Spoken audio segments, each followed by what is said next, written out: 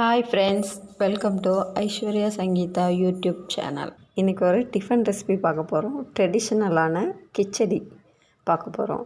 வாங்க பார்க்கலாம். இப்போ நம்ம கிச்சடிக்கு தேவையான பொருள் என்னென்னு பார்க்கலாம். 1 கப் ரவை, 1 கப் சேமியா, கேரட்டும் பீன்ஸும் சேர்ந்து 1 கப் எடுத்திருக்கேன். வெங்காயம் 1/4 கப் எடுத்திருக்கேன். தக்காளி 1/4 கப் எடுத்திருக்கேன். மீடியம் சைஸில் எடுத்திருக்கேன். 5 பச்சை மிளகா கீரி எடுத்திருக்கேன். அப்புறம் இஞ்சி 1 இன்ச் அளவுக்கு, கருவேப்பிலை. இப்போ நம்ம கடாயில் 2 ஸ்பூன் நெய் விட்டு ரவையை மிதமான சூட்டில் வறுத்து எடுத்துக்கலாம். இப்போது வறுத்த ரவையை ஒரு பிளேட்டில் கொட்டி ஆற வச்சுக்கலாம். இப்போ நம்ம கடாயில் 2 டேபிள் ஸ்பூன் எண்ணெய் விட்டு கடுகு, கடலைப்பருப்பு, உளுந்தம் பருப்பு போட்டு தாளிச்சிக்கலாம்.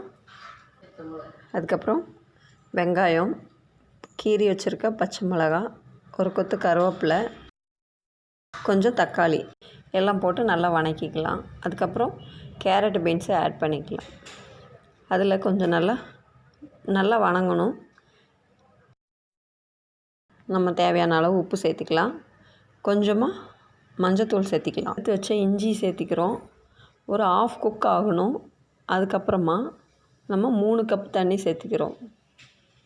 தண்ணி நல்லா கொதித்த உடனே சேமியா போடணும்.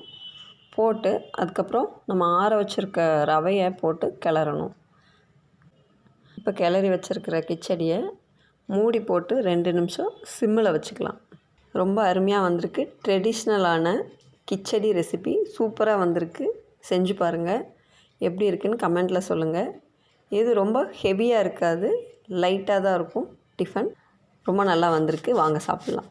ஃப்ரெண்ட்ஸ், என்னோடய ரெசிபி பிடிச்சிருந்துச்சின்னா லைக் பண்ணி, ஷேர் பண்ணி, கமெண்ட் பண்ணுங்கள், சப்ஸ்கிரைப் பண்ணுங்கள். பக்கத்தில் இருக்கிற பெல் ஐக்கானை கிளிக் பண்ணுங்கள். அப்போ தான் நான் போடுற ரெசிபி உங்களுக்கு நோட்டிஃபிகேஷனில் வரும். தேங்க்யூ.